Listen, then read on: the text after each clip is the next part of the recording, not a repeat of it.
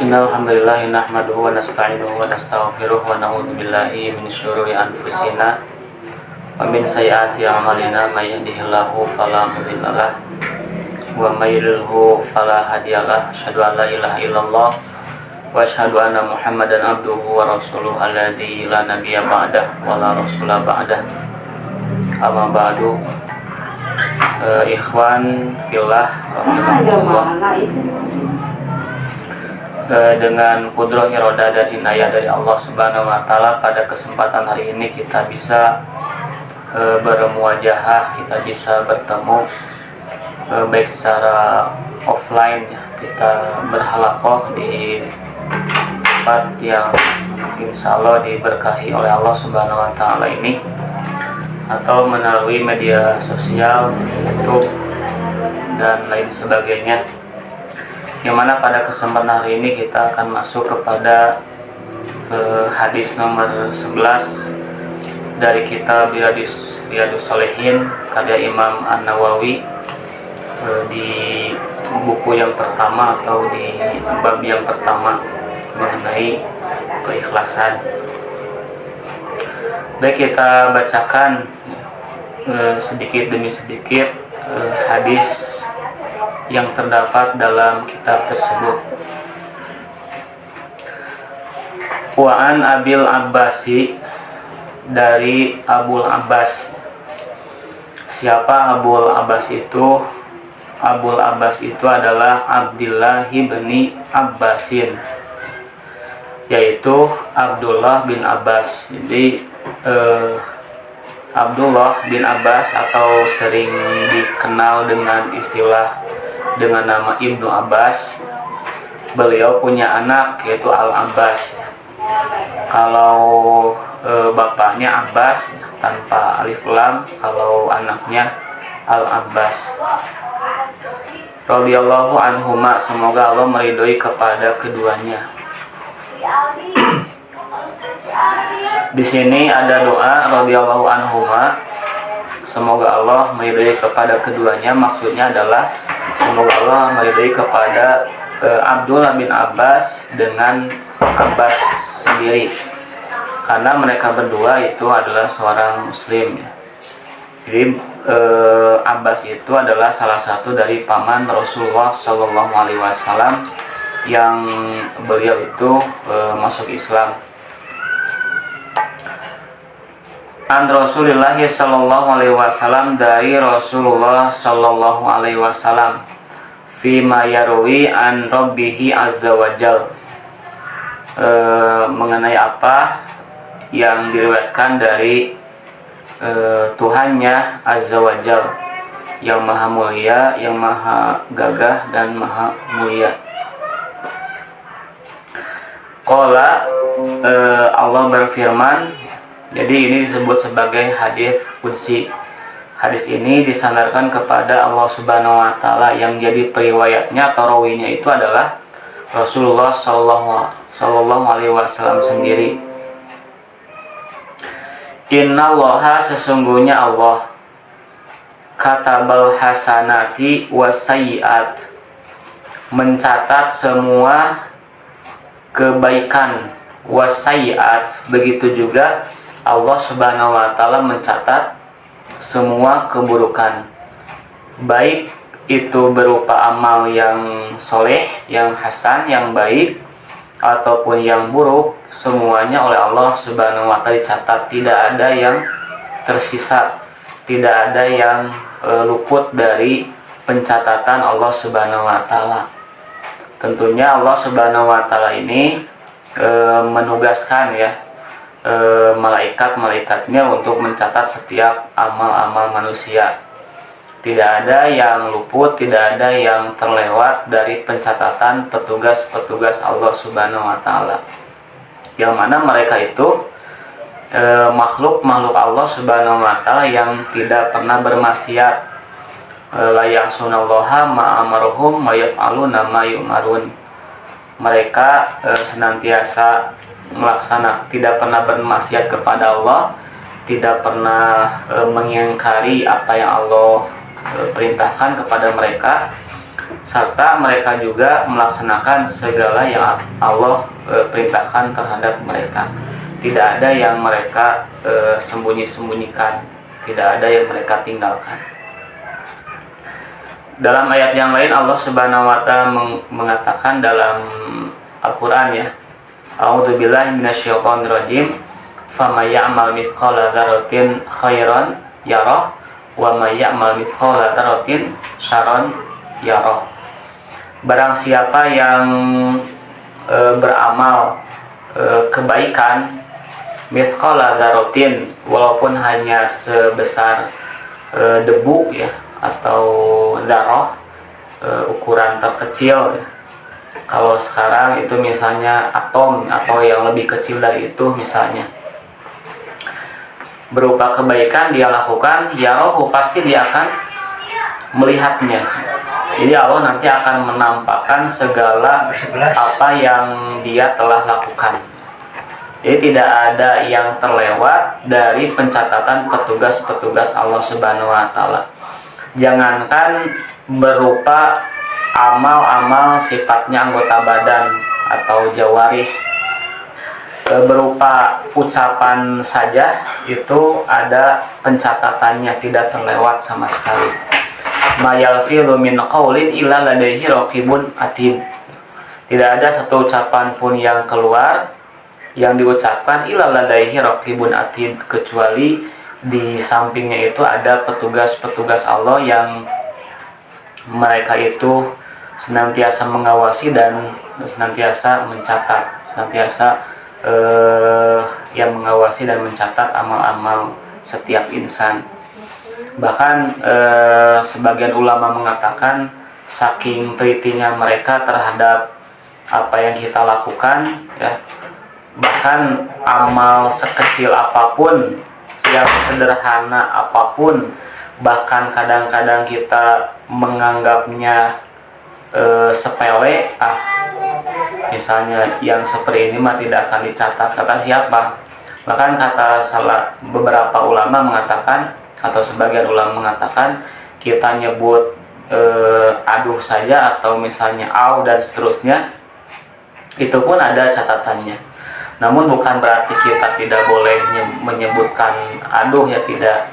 Tapi maksudnya adalah bahwa ucapan seperti itu pun ya, itu ada catatannya. Bahkan ketika kita ya tersandung atau misal kita sakit ya, terasa sakit yang amat, misal kemudian ada yang keluar dari lisan kita berupa ucapan yang menunjukkan rasa sakit kita, maka itu pun ada catatannya.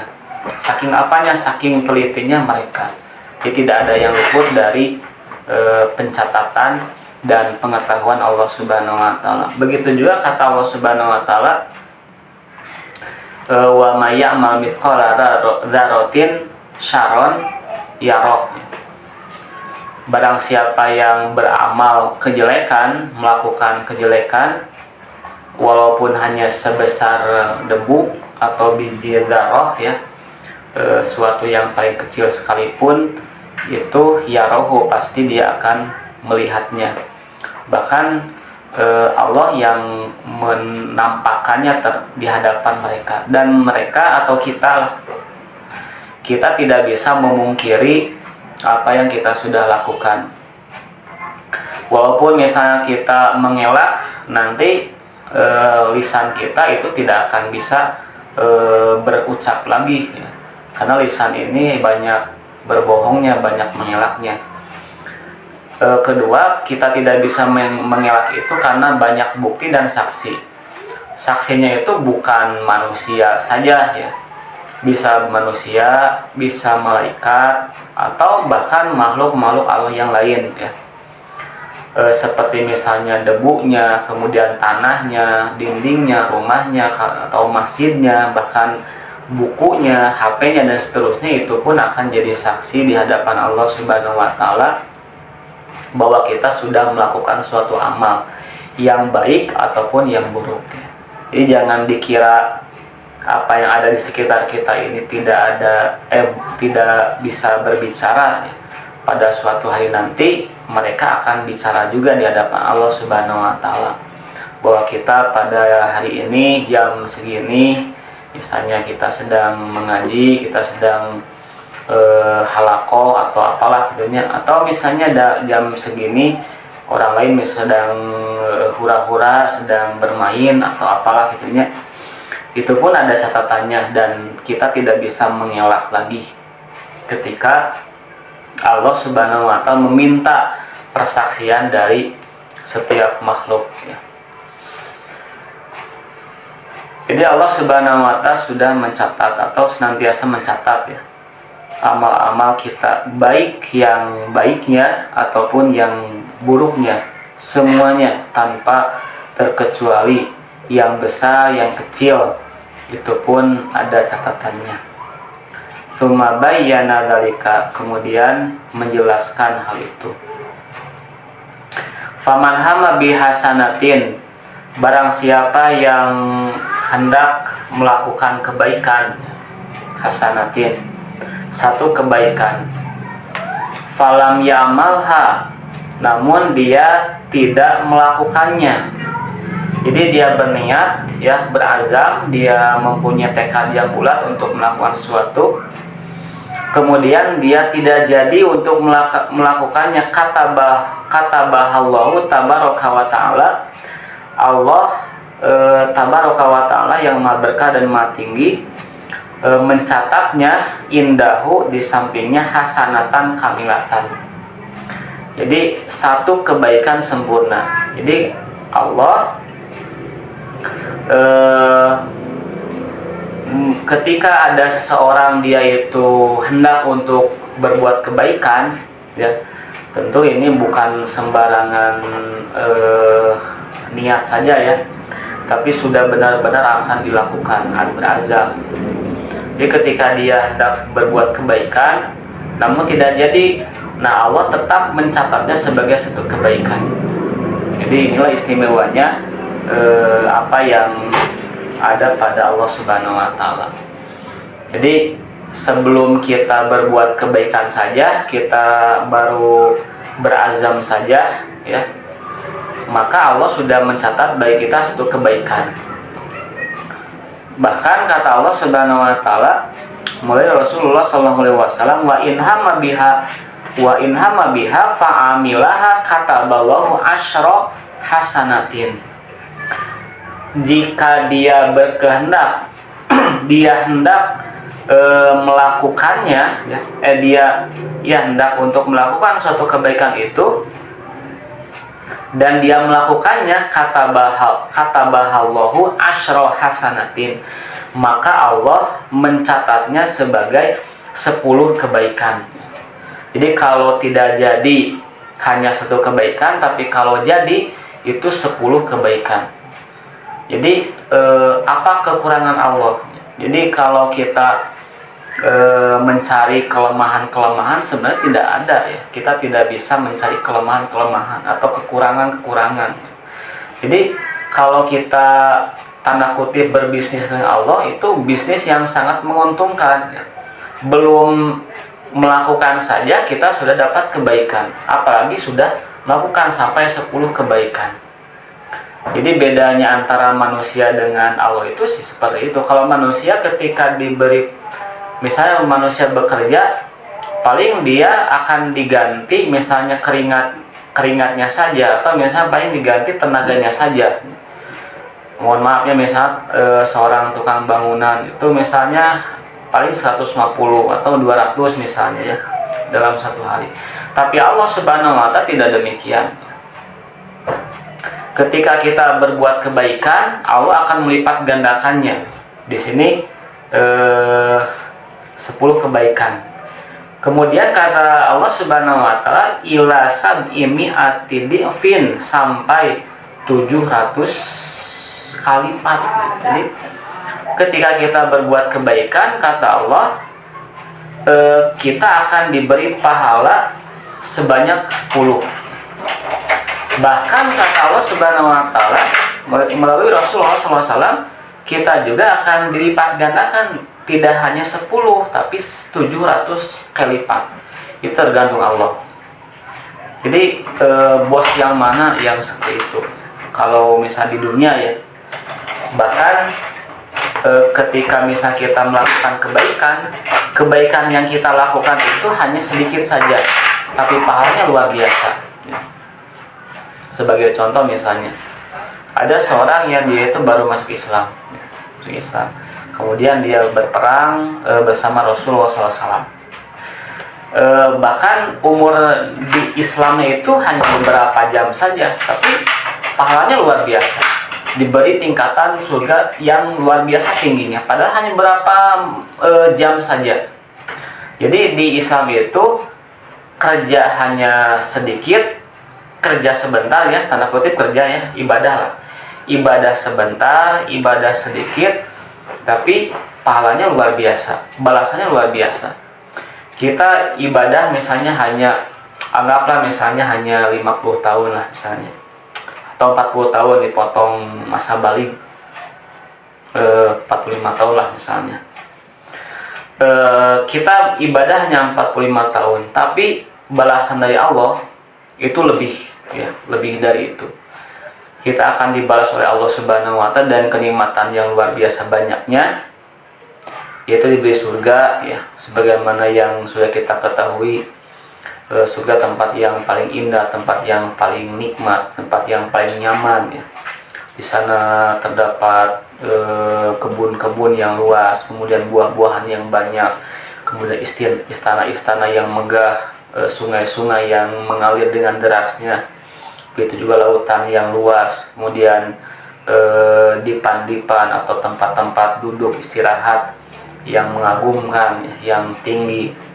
Begitu juga pelayan-pelayan yang ramah dan luar biasa, cepat tanggap terhadap siapa yang membutuhkan itunya. Dan itu diberikan oleh Allah Subhanahu wa Ta'ala bukan hanya 60 tahun, 50 tahun, tidak, tapi selama-lamanya. Jadi tidak ada yang memberi kebaikan yang paling baik kecuali Allah Subhanahu wa Ta'ala. Kemudian dilanjutkan, ila sab'i mi'ati di'fin ila ad'afin katsirah ya. Jadi sampai lipatan-lipatan yang banyak. Jadi minimal oleh Allah kan diberi pahala itu 10 kali lipat ya. 10. Bahkan oleh Allah bisa dilipat gandakan sampai 700 kali lipat, bahkan tergantung yang Allah inginkan ya. Ketika Allah ridho, maka Allah akan melipat gandakan lebih dari 700 kali lipat. Kalau di dalam Al-Quran digambarkan seperti seorang yang menanam biji ya. Kita berbuat kebaikan, kemudian kita menanam, seperti menanam biji misal kalau di kita beras, dari satu biji itu akan keluar 7 cabang ya. Dari masing-masing cabang itu menghasilkan 100 biji lagi. Jadi kalau misalnya masing-masing ada 100 kali 7 berarti sudah 700 kali lipat ya. Jadi tidak bertentangan dengan Al-Quran. Jadi hadis ini tidak bertentangan dengan Al-Quran. Bahkan kata Allah Subhanahu wa Ta'ala melalui Rasulullah SAW di sini, sampai ada afin katsiroh, yaitu lipatan-lipatan yang banyak ya, tergantung apa yang Allah kehendaki. Kemudian wa in hama bisayiatin, dan apabila dia itu hendak melakukan kejelekan, falam ya'malha ya, namun dia itu tidak melakukannya, dia akan melakukannya tapi dia tidak jadi ya. Katabahallahu indahu hasanatan kamilatan. Jadi ketika dia ingin melakukan sesuatu tapi tidak jadi, maka baginya adalah satu kebaikan. Jadi ketika dia ingin berbuat kejelekan, berbuat kejelekan tapi tidak jadi, maka Allah akan memberikan kebaikan baginya, satu kebaikan, yaitu yang sempurna ya, satu kebaikan sempurna. Kemudian wa in hamma biha fa'amilaha katabahallahu sayiatan wahidatan. Dan jika dia hendak untuk melakukan kejelekan itu, fa'amilaha, dan dia itu melakukannya, katabahallahu sayi'atan wahidatan, maka Allah akan mencatatnya sebagai satu kejelekan saja. Jadi inilah kasih sayang Allah Subhanahu wa taala. Ketika seorang ingin melakukan kebaikan, ya, tapi tidak jadi, Allah akan berikan dia pahala satu kebaikan, ya. Kemudian kalau melakukannya itu bisa 10 kali lipat, 700 kali lipat, bahkan sampai tidak terbatas, tergantung Allah ingin berkenan apa terhadap orang tersebut. Dan ketika dia misalnya ingin melakukan keburukan tapi tidak jadi, maka baginya satu kebaikan. Tapi kalau misalnya dia jadi melakukannya, maka untungnya satu kejelekan saja. Jadi kalau melakukannya, tadi kebaikan akan dibalas dengan berlipat-lipat, ya, 700 kali lipat, bahkan lebih. Tapi kalau melakukan kejelekan, hanya satu keburukan saja yang dia akan dapat, ya. Jadi kalau dalam bahasa Sunda kurang kumaha gitunya, Allah baiknya sama kita. Ketika berbuat kebaikan, dikasihnya pahala yang berlipat-lipat. Ini sebagai motivasi bagi kita untuk senantiasa beramal soleh, dan sebagai motivasi juga untuk kita untuk menjauhi amal-amal yang jelek. Karena Allah Subhanahu wa taala sangat sayang sama kita, kepada kita. Allah Maha baik kepada kita. Allah memberikan semuanya untuk kita, ya. Ketika kita misalnya berbuat kebaikan, sebenarnya apa yang sudah Allah berikan kepada kita itu lebih dari cukup, ya. Ditakdirkan kita tidak dapat pahala sekalipun, ya. Kita misalnya ibadah seumur hidup kita, sebenarnya walaupun Allah tidak memberikan pahala di surga nanti, dengan Allah memberikan kehidupan di dunia saja itu sudah cukup. Coba bayangkan misalnya kita di dalam kehidupan kita di dalam jasad kita itu oleh Allah sudah diurus, oleh Allah sudah diatur makannya, minumnya, kemudian nafasnya, aliran darahnya, energinya, dan seterusnya itu oleh Allah diatur. Napasnya oleh Allah diatur, kemudian detak jantungnya oleh Allah diatur, makanannya oleh Allah dipisah-pisah, ada yang jadi sel darah, dagingnya, kemudian misalnya tulangnya, sumsumnya, dan seterusnya. Kemudian kalau cairannya ada yang jadi sel darah merahnya, sel darah putihnya, dan seterusnya.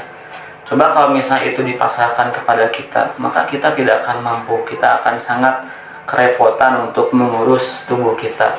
Kita tidak akan bisa beraktivitas secara normalnya ketika itu dipasrahkan kepada kita.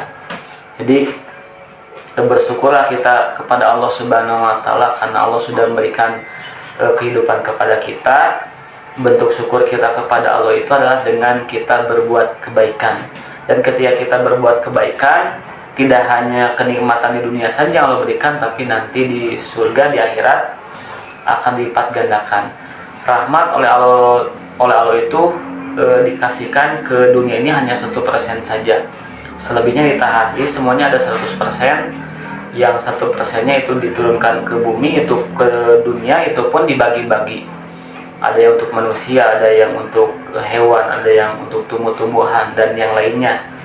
Sehingga kita di dunia ini bisa merasa gembira, melihat pemandangan yang indah, kemudian mendengarkan suara yang merdu, mencium aroma-aroma yang harum, kemudian merasakan makanan minuman yang lezat. Itu bagian dari nikmat atau rahmat Allah yang 1% saja. Itu pun dibagi-bagi. Kita mencintai keluarga, indahnya saling menyayangi, mengasihi, dan seterusnya. Itu 1% saja. Itu pun dibagi-bagi. Jadi kalau kita ingin tahu bagaimana nikmatnya surga, kita lihat saja kenikmatan di dunia itu seperti apa.